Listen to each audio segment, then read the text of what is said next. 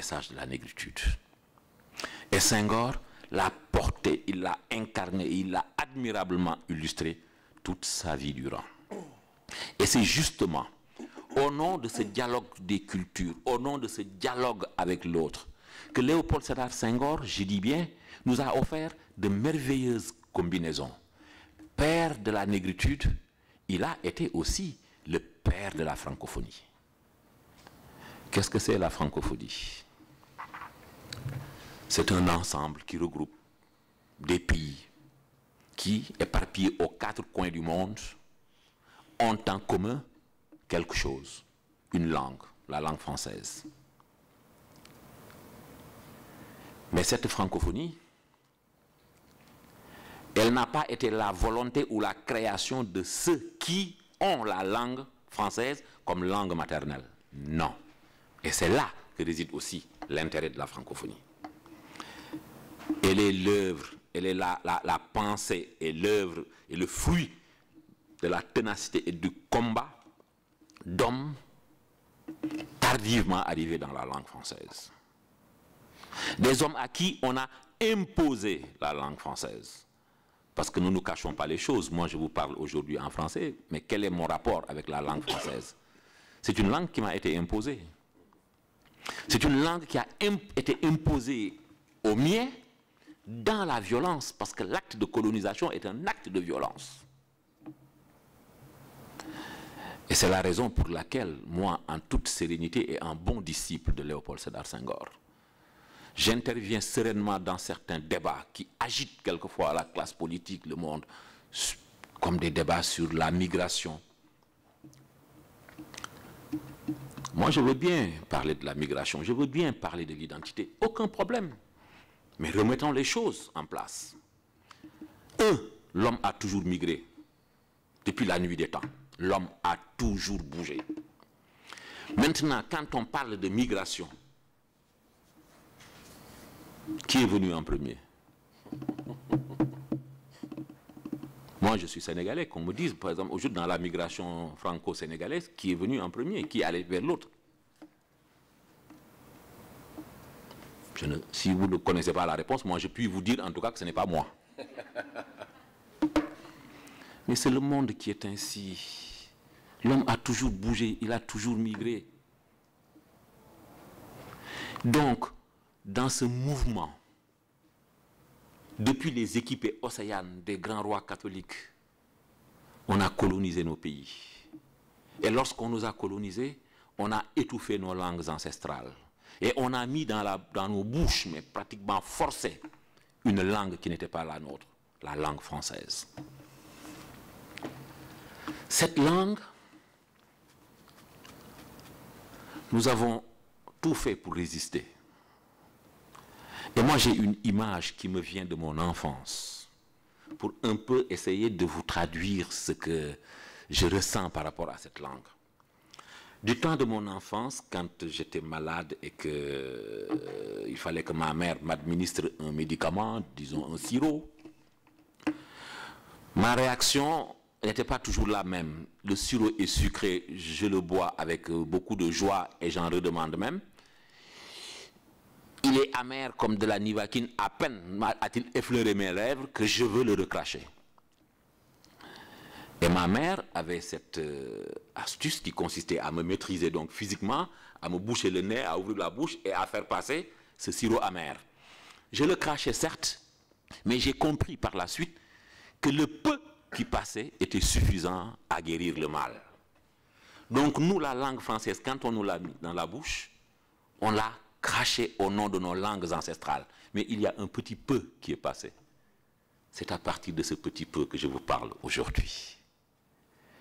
Cette langue, au départ imposée, est devenue notre langue.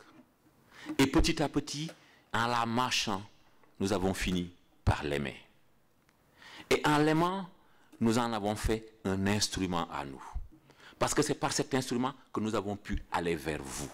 C'est par cet instrument que nous avons nous-mêmes pu explorer notre histoire et la dire pour nous-mêmes et par nous-mêmes. Parce que pendant longtemps, on a dit notre histoire à notre place parce que nous n'avions pas l'instrument de l'écriture.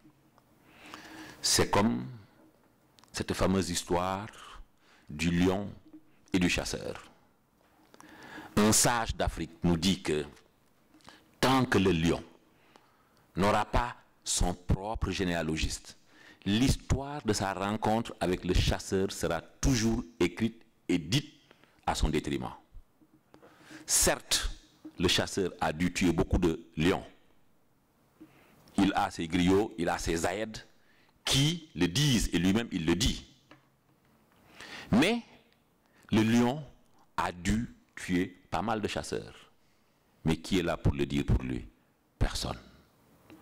Donc nous, en nous appropriant cette langue, nous avons pu explorer notre histoire et la dire par nous-mêmes, envoyer comme un message à l'autre. Et cette langue française, qui pour nous était imposée, est devenue la nôtre. Chemin faisant, au moment des indépendances, puisque nous avons recouvert notre liberté, nous sommes sortis de la longue nuit coloniale, Léopold Sédar Senghor, qui avait enseigné la langue française, qui avait aimé la langue française, qui avait fait de la langue française la langue officielle du Sénégal, langue officielle, langue d'administration, langue d'éducation, langue de diplomatie. Il s'est dit que 3 siècles d'histoire ne s'effacent pas facilement. Certains pays, pour avoir voulu tomber dans une sorte d'africanisme de mauvaise aloi, se sont dit que oui, la langue française, c'est la langue du colon. Maintenant que nous sommes nous-mêmes, il faut la jeter à la mer et puis partir de nos langues. C'est vrai, c'est très louable. Mais le monde ne se fait pas en un jour. Il faut beaucoup de temps. Et rien ne se comprend si on le remet dans sa résonance historique. Léopold Sédar Senghor fait partie de ceux qui ont eu la sagesse de dire que 3 siècles ne s'effacent pas du jour au lendemain par un acte d'indépendance, et que finalement, ce que nous avons pris de l'autre nous appartient maintenant et nous pouvons nous construire avec ça. Grande sagesse. Et ça aussi, j'ai la faiblesse de le verser dans ce parcours d'exception. Léopold Sédar Senghor a organisé le Sénégal en mettant la langue française au cœur de son action et de son rayonnement international. Et c'est donc dans cet objectif-là, dans ce but, qu'il a compris que ce rapport à la langue était un rapport qui était commun à toutes les anciennes colonies. Et il a convié le colonisateur en lui disant, mais pourquoi ne nous mettrions-nous pas autour d'une table pour essayer de valoriser ce que l'histoire nous a donné en partage? Surtout que cette langue, elle avait voyagé aussi à travers le monde. Elle avait touché les Suisses romans, elle avait touché les Belges, les Québécois, tous. Donc elle a rayonné à travers le monde. Donc, quelque part, si on regarde bien, c'est cette langue française qui est comparée par Senghor comme ce soleil qui ne se couche jamais. Parce que partout, 24 heures sur 24, il y a des gens qui sont éveillés et qui parlent français aux 4 coins du monde. En Afrique, en Amérique, en Asie, partout. C'est ça, ce beau soleil qui ne se couche jamais. Et Senghor a invité toutes les puissances à se mettre autour de cette table du français. Et c'est ainsi qu'est née la francophonie. La francophonie, c'est cette grande maison construite par tous. C'est cette grande maison qui est la maison de tous. Mais elle est construite avec la pierre de chacun. Chacun y apportant sa spécificité. Chacun y apportant son accent. Chacun y apportant la sensibilité de sa culture.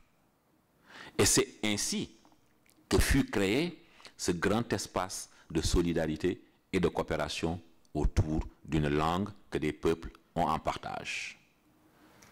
Telle est, en résumé, l'histoire de la francophonie. Et cette francophonie, pour qu'elle soit, Léopold Sédar Senghor est passé par différentes étapes. Parce qu'au début, quand il a voulu la mettre en France, les premiers à avoir freiné des 4 fers ont été les Français. en se disant, ils viennent à peine d'être indépendants, si on met ça ensemble, on va nous soupçonner encore de chercher à les recoloniser d'une autre manière.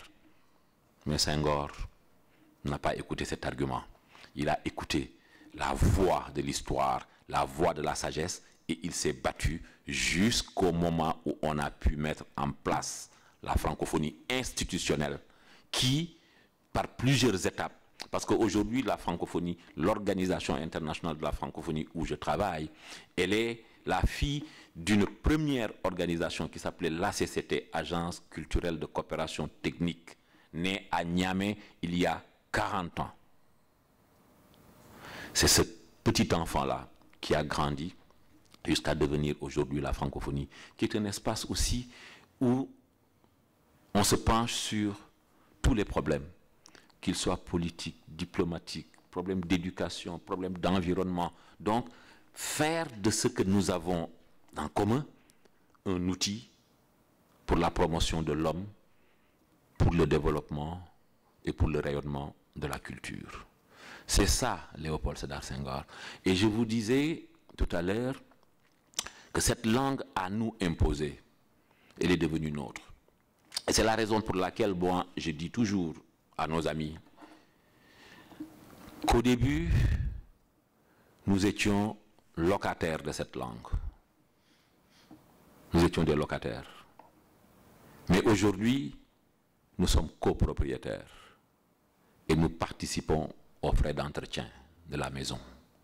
Nous participons de façon très active parce que Léopold Sédar Senghor est devenu membre de l'Académie française. Membre de l'Académie française, il a été un élément extrêmement important au sein de la commission du dictionnaire, là où se forge, où s'entretient le génie, l'âme de cette langue à travers cette impérieuse nécessité et cette nécessité continue de soigner de la langue, de l'enrichir, d'en élaguer certaines choses. C'est ça le français. Le français est une belle langue, une grande langue. Une langue que toute l'Europe parlait au XVIIe siècle. Le français a offert de grands poètes. Vous savez, moi-même, je suis sénégalais et ma famille est originaire des bords du fleuve qui a donné son nom au Sénégal. J'ai un attachement pour les fleuves. Je ne suis pas né sur le bord du fleuve parce que, bon, ma famille, mon père ayant quitté ce terroir de son enfance par ses études, ensuite fonctionnaire, bon, nous sommes nés sur le tracé de ces pérégrinations administratives et le sort a voulu que Bourbon je naisse loin de ce fleuve. Mais justement parce que je suis né loin de ce fleuve et que je sais que ce fleuve est un marqueur d'identité chez moi, j'ai toujours été fasciné par les fleuves. Mon fleuve d'abord, le fleuve Sénégal, et ensuite, par mes leçons de géographie, par mon séjour en France, quand je suis arrivé ici au début de mes études, la Seine, la Loire, le Rhône et la Garonne. Étudiant les lettres françaises, j'ai compris aussi et saisi tout de suite l'importance et la place de la Loire dans les lettres françaises. Parce que je me rends compte que les merveilleux poètes du XVIe siècle, les poètes de la Renaissance, ont presque tous, sont nés et ont vécu et ont écrit sur les bords de la Loire. Qu'ils s'appellent Du Bellay, Ronsard, tous sont des poètes qui ont été marqués par les fleuves. Passionné de poésie et tombé en poésie par la proximité que j'avais eue avec Léopold Sédar Senghor, j'ai gardé